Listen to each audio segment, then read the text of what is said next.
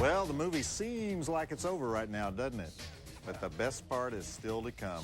I just have two questions. That warden is obviously a foot shorter than Tim Robbins. How did his suit fit him so perfectly? And where did he find a dry cleaner that could get the sewage off it that fast? Actually, I have three questions. How did he hang the Raquel Welch poster over the hole in the wall after he was already in the tunnel? But there I go, spoiling the movie again. Okay, a couple commercials and then the great conclusion to The Shawshank Redemption.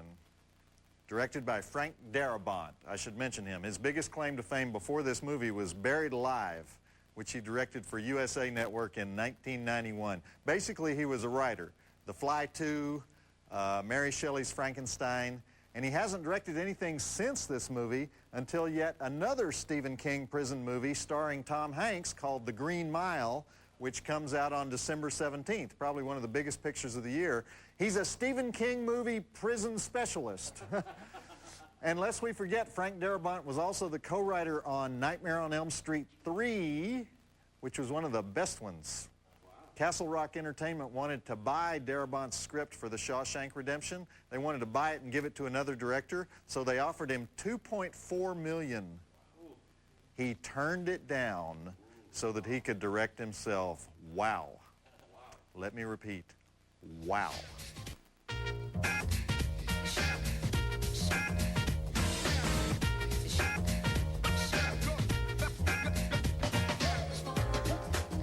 That last scene on the beach, the director, Frank Darabont, really didn't want to shoot that.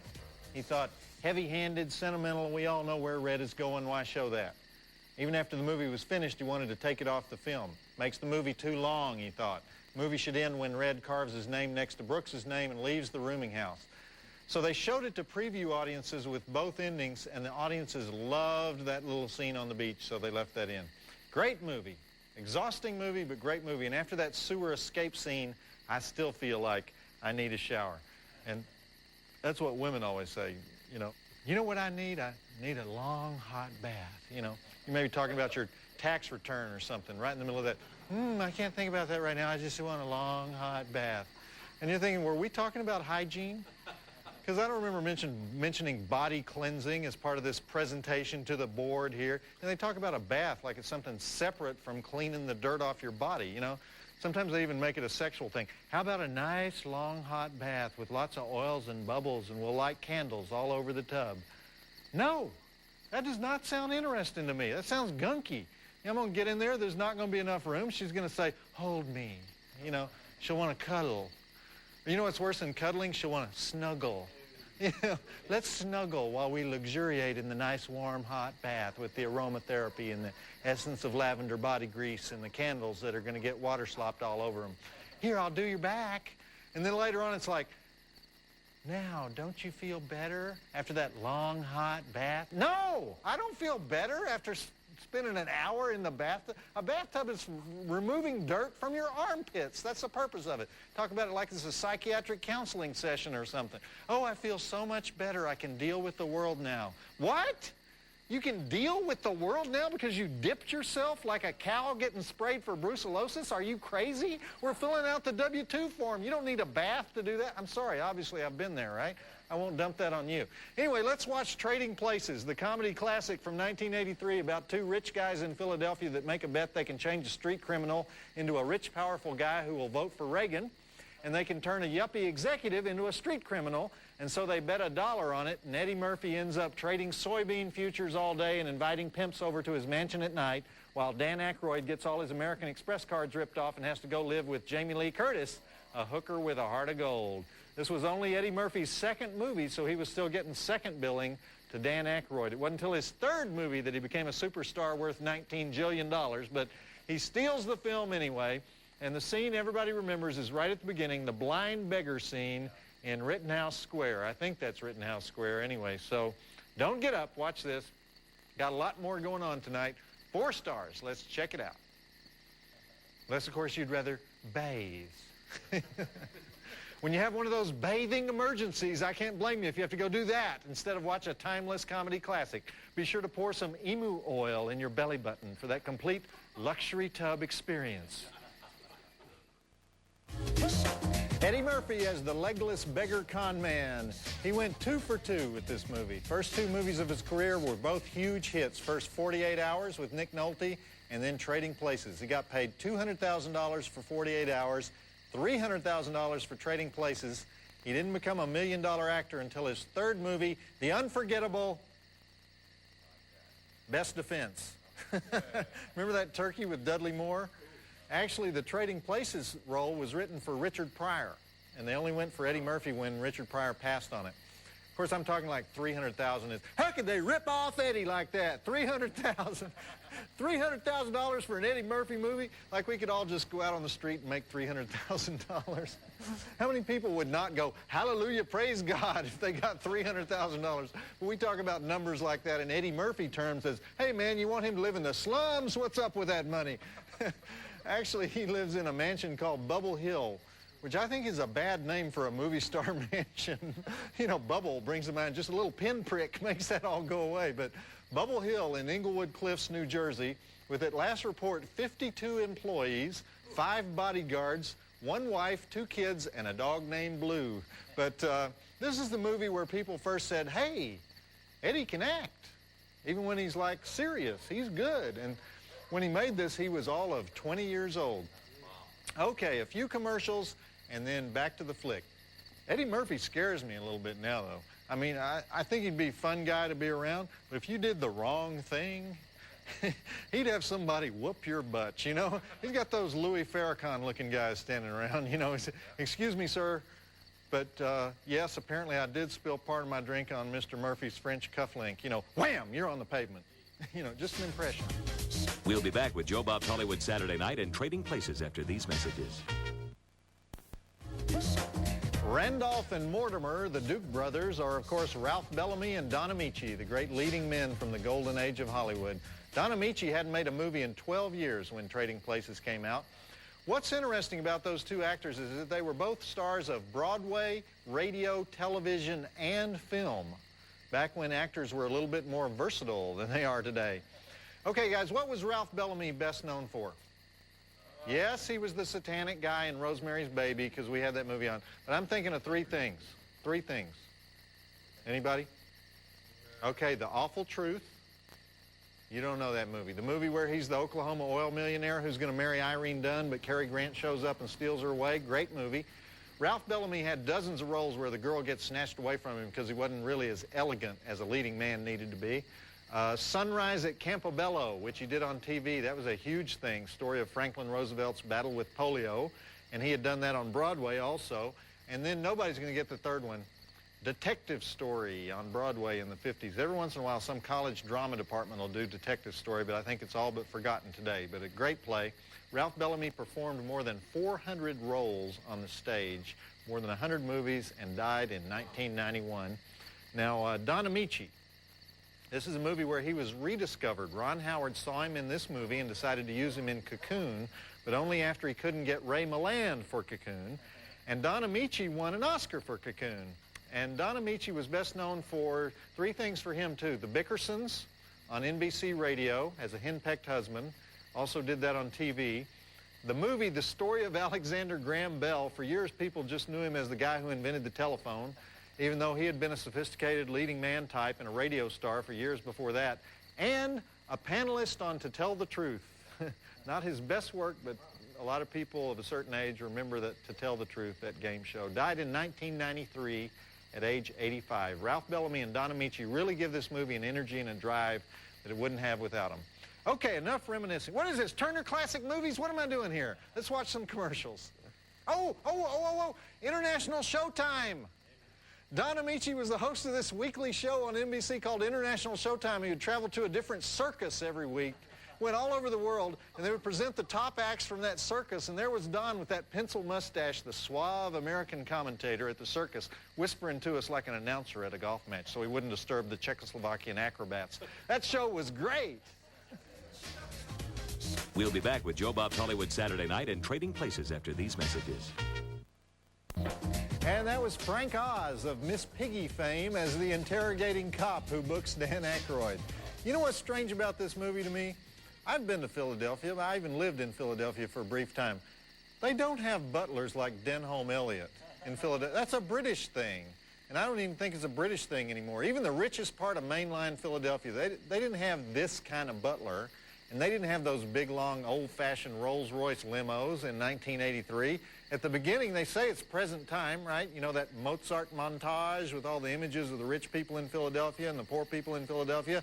And then they give us this really old world of butlers and chauffeurs and clinch-jawed preppies and all-male business clubs that hadn't existed since the 30s. And the reason I bring this up is some of the critics compared this movie to Preston Sturges when it came out, one of my favorite comedy directors. Well, Preston Sturges made The Lady Eve in 1941.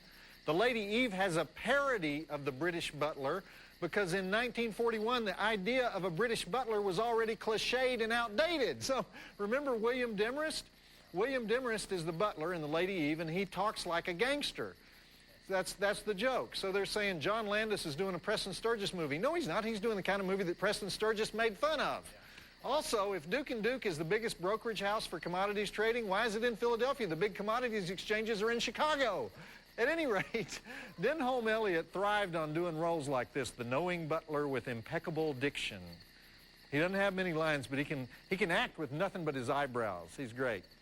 In fact, Denholm Elliott had a reputation for mugging a little too much and stealing scenes from the other actors because they had a saying in the English theater, never act with children, dogs, or Denholm Elliott. All right, I'll quit my bitching, go to the commercials, and let's get on with this thing. The late Denholm Elliott, I should say, also, passed on in 1992 at the age of 70 from AIDS. So, a lot of dead people in this movie. Good. Guess we shouldn't dwell on that in a wacky comedy, should we? Well, we lost a few naked ladies there in the big party scene. Sorry. Had some topless action going on in the original movie, but somebody took their scissors to that scene. Eddie Murphy is rich now and all his ghetto friends can't deal with it. Now, are they implying that any ghetto crowd would wreck any decent place? That seems to be the implication of that scene, doesn't it? You know, I don't think that's what they want to say. Anyhow, the serious black film critics are all over this movie. They say that all Eddie Murphy movies are racist because he starts out in an all-black environment and then he goes into a white environment and gets cleaned up and takes on white values and solves white problems and ends up peacefully coexisting with the white middle-class ideal. But think about it. 48 hours, guy in jail, goes to work for a white cop, gets a nice new suit. This movie, obvious. Beverly Hills Cop starts in Detroit, goes to Beverly Hills. So I want to read this quote from the critic Ed Guerrero, who wrote Framing Blackness, the African-American Image in Film. He says, in Trading Places, Eddie Murphy is integrated into the capitalist class, and by the film's close, he has fully internalized their values.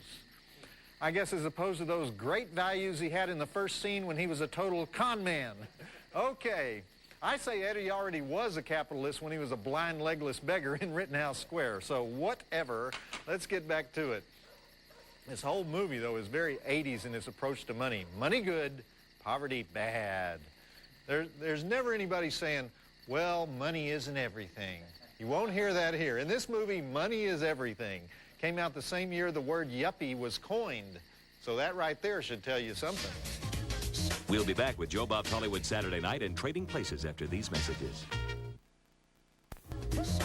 Well, we missed the money shot for Jamie Lee Curtis. She did spring those babies out of the chute there in the scene where they go back to her apartment, and she got some very nice reviews for this movie, not a few of which mentioned her lovely, if not perfect, garbanzos.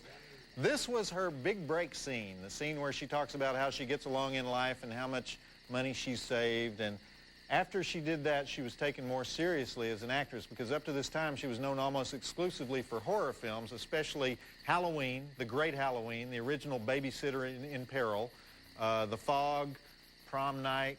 She broke away from that a little bit when she did Death of a Centerfold, the TV movie about Dorothy Stratton. And then the same year this came out, she got married to Christopher Guest, better known as Nigel Tufnell in Spinal Tap, right? Now he's Lord Hayden Guest. He got a seat in the House of Lords. Did you know that? So technically, Jamie Lee Curtis is Lady Hayden Guest, which she should take advantage of because, among other things, one of her most successful films was a British film, A Fish Called Wanda, and she won a British Academy Award for this very film that we're watching. Isn't that interesting? Okay, back in a minute. We scissored those famous Hooters right out of there. We can't be like TV in Europe where they have a true appreciation for the tastefully exposed, finely photographed feminine form. Or as they say in Germany, humongous yabos.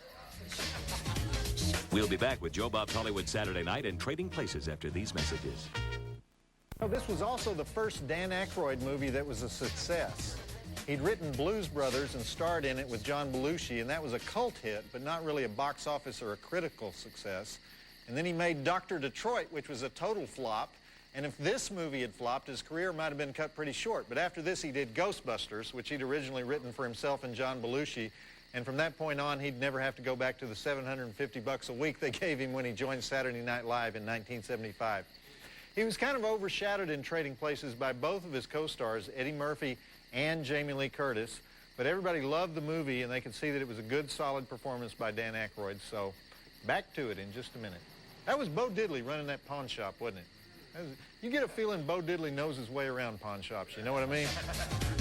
We'll be back with Joe Bob's Hollywood Saturday Night and Trading Places after these messages. Now, the reason Eddie Murphy gets so motivated when he overhears the Duke brothers in the men's room is that they describe him with the N-word, but you can't say the N-word in the official TV version. And also, when Dan Aykroyd gets off the bus in the original version, he doesn't just get wet in a rainstorm. First, a dog urinates on him. Then he puts a gun to his head, but the gun misfires. No gun in the TV version. That's the lowest point of the movie. That's technically the Act 2 climax when he tries to kill himself. But instead of an Act 2 climax, our version has an Act 2, isn't it funny that Dan's all wet scene. So, all right, I don't even want to talk about it. Just go. They want to show the movie, but they don't want to show the movie, you know? What is it, 3 in the morning? It'd be so dangerous to watch some dog urine, you know, ooh. We'll be back with Joe Bob's Hollywood Saturday Night and Trading Places after these messages. What do you do when you're not sure exactly how to end a movie? Add a little Franken and Davis, a big gorilla, and of course, an Amtrak party scene, because they have so many wild, drunken parties on Amtrak, don't they? We shouldn't make fun, though, because this was yet another hit for the director who just couldn't do anything wrong in the early 80s, John Landis. He made one of the most successful independent films in history, Kentucky Fried Movie. Then he followed that up by Animal House, Blues Brothers, and An American Werewolf in London.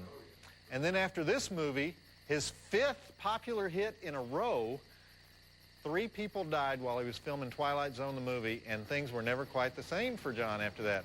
And just a few years later, Eddie Murphy had to use all the power he had to force Paramount to hire him as the director on Coming to America. And then Murphy and Landis had a big fight while they were making that movie, and I don't guess they've done anything together since then. Anyhow, one thing John Landis loves is gorillas, and coming up right after the commercials is the gorilla-laden conclusion to Trading Places, which is basically The Prince and the Pauper, right? Actually, both those movies are versions of Prince and the Pauper. Trading Places, Coming to America, Prince and the Pauper. Do you see Mark Twain's name on either one of them? I think not.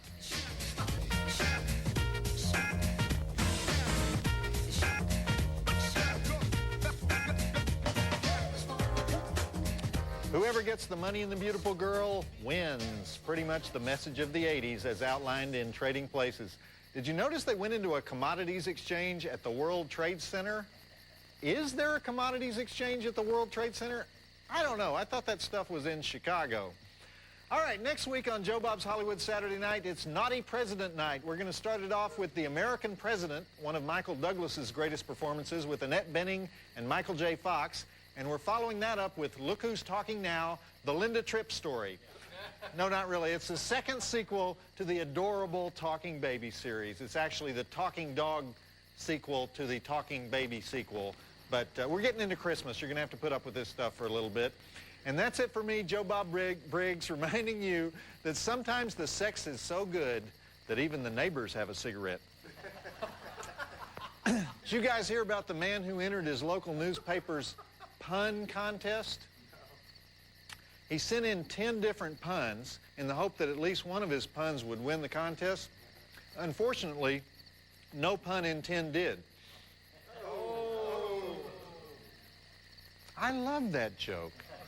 Joe Bob Briggs reminding you that the drive-in will never die. Okay, there was this doctor, and he made it his regular habit to stop off at a bar for a hazelnut daiquiri on his way home from work. And the bartender knew of his habit, so he always has the drink waiting at precisely 5:03 p.m. for this doctor. So one afternoon as the end of the workday approaches, the bartender is dismayed to find that he's out of hazelnut extract. So he thinks quickly, he throws together a daiquiri made with hickory nuts, and he sets it up on the bar. The doctor comes in at his regular time, he takes a sip of the drink, and he says, "This isn't a hazelnut daiquiri." And the bartender says, "No, I'm sorry, it's a hickory daiquiri, Doc."